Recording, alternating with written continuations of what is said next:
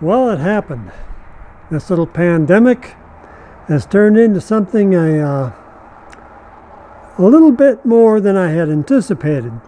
So what I'm going to do today is make an emergency toolkit for my car and put it in this Ridgid toolbox that goes with the rest of my Ridgid storage system. Well, this rather crappy looking box I got from Walmart. At the time I thought it was a good idea, but it was pretty much a crap idea. The tools are in here completely unorganized, rolling around. I can't find anything when I want it, and it makes the rattling noise when I go over bumps. It's time for a new one. So this Ridgid toolbox should be plenty big enough for me to hold all the tools I need. At least I'm hoping it is. I don't want to have so many tools that it's so heavy I can barely lift it. And these other little buckets here are going to have to come out so I can put tools on the other side. What I'm planning on doing is putting the tools in there between layers of foam. It'll keep everything quiet, and I'll be able to keep things more organized. Yeah, I know what you're probably asking yourself. Why is he using pink foam? Well, the stuff that's made for toolboxes is expensive. This foam was free out of the dumpster. It pays to dumpster dive.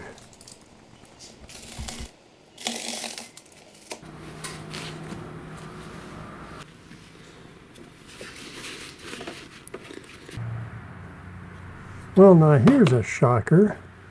It doesn't fit. Who would have guessed? Well, I can get it in there at an angle, but that looks like crap, and it's not an efficient use of the space. So I suppose the only civilized thing to do is to cut it in half. It's exactly 12 inches long, so I guess 6 inches is where I'll cut it. Please forgive the shakiness of the camera and the vibration. I filmed this with my phone and attached the phone holder to the table of the bandsaw. I should have known better. Okay, let's see if we can't get these things to fit.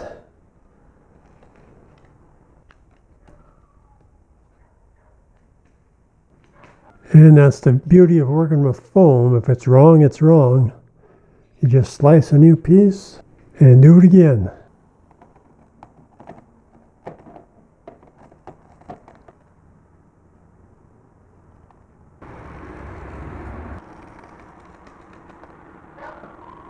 I'm going to cut these actually on the skinny side here instead of trying to go out. That way it'll hold it a little bit tighter. I'd rather have it a little tight than too loose.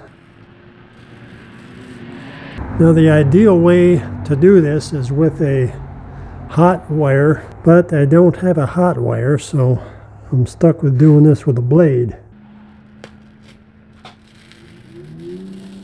Just like filleting a fish.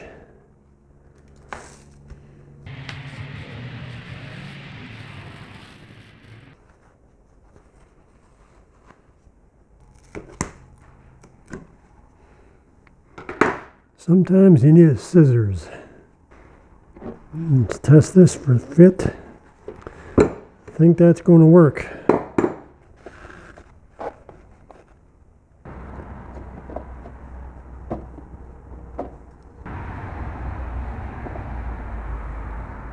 I think that'll work. Okay, there's the first layer. It ain't real pretty, but it doesn't have to be. It just has to hold the stuff in place. And then this is going to be the second layer. I got to make 2 holes in there for finger holes so I can pick it up and pull it out of there.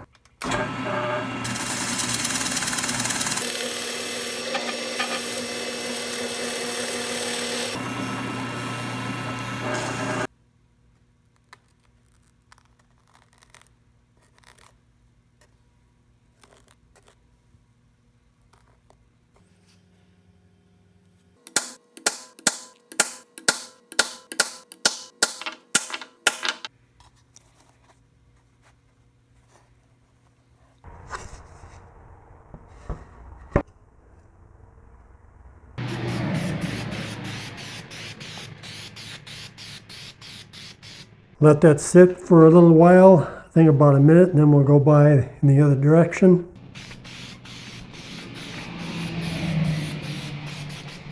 Now we gotta wait about 4 minutes for this stuff to dry till it's tacky, then I can stick it back together again.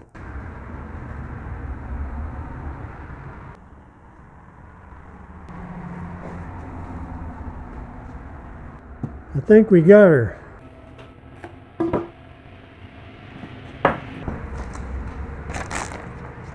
Looks like it's stuck pretty good.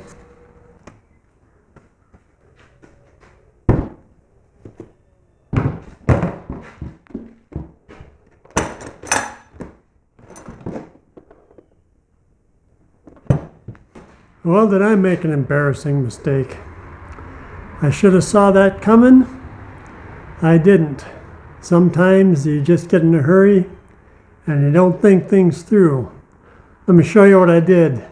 You can see when I had the toolbox up vertically, all the tools wound up falling down to the bottom of the toolbox. That's because I didn't have the foam glued down. What I should have did was do what I did to the top layer and glue the foam to a piece of wood, which I will do that next. I'll do that off camera. Alright, I got this baby glued up. Got the wood put down there, and now I got to put the tools back in, see if it works. That actually works a lot better. Now I got to get a piece cut for the side. Well, I got it cut. This molding on this piece is not exactly square. I suppose it's a blow molded process, so I got it down in there. Now I just got to glue another foam piece to it and start putting tools on this side.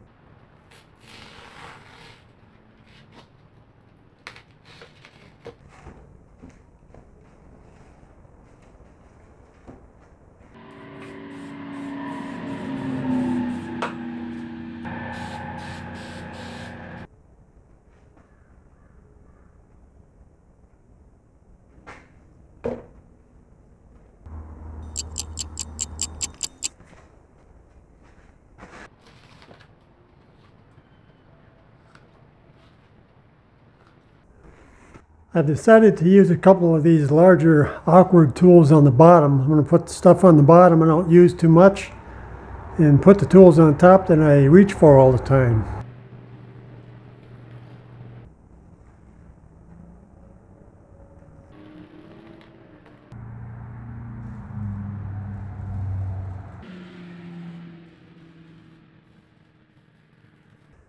You got to make sure you're using a super sharp knife when you do this.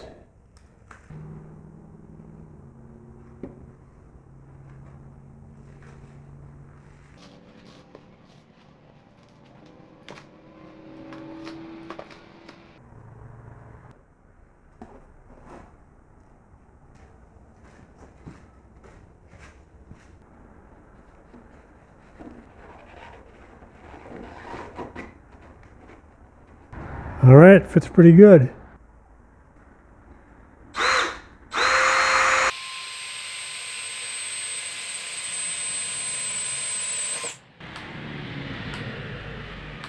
Doesn't have to be perfect, just has to work. All that is just a finger pull, so you can pull this out of the box once you get it in there. Okay, here's what I'm going to do with this layer. I've got the 2 screwdrivers here. I've got my jackknife here, razor knife there, and my little 12-foot, very old tape measure.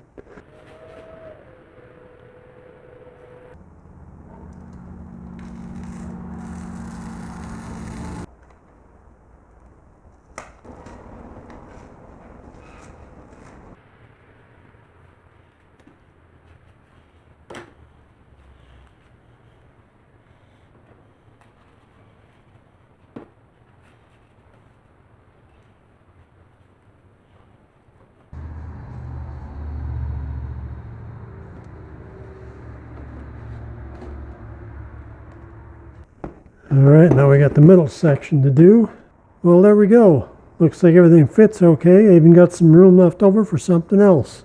All I got to do is cut it out and sink it down. There she is, loaded up. Now, what to do about these things? I got an idea. Well, I think I'm going to use one of these for bandages and insect repellent. Right now I got all that crammed underneath the front seat of my car. I'll get that out of there and get it in the toolbox here so I can have it all in one spot.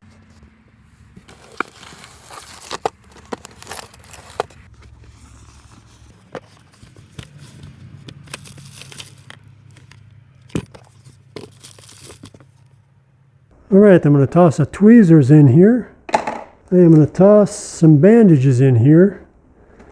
And you can take this as far as you want to. You can put burn ointment, aspirin, anything like that in there that you wanted to, that you think you might need. Because this is the type of stuff you're going to be real glad you got it if you need it. And if someone else needs it, you are going to look like a hero, having to be able to go right to your vehicle and pull this thing out of there and be ready to go. And what am I going to do with the other 2 containers?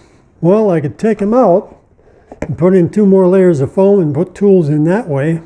Or I could leave them in and fill them with what hardware I think I might need. Not sure yet. Now the reason I wanted to take the tools and transfer them from the plastic container to this Ridgid box in the first place is in case I need to work remotely and I need tools, I can easily stack it onto the rest of the Ridgid stack and away I go. Now let me tell you one more little secret. If you click this video right here, it'll take you to my complete review of the Ridgid tool system. I'll see you there.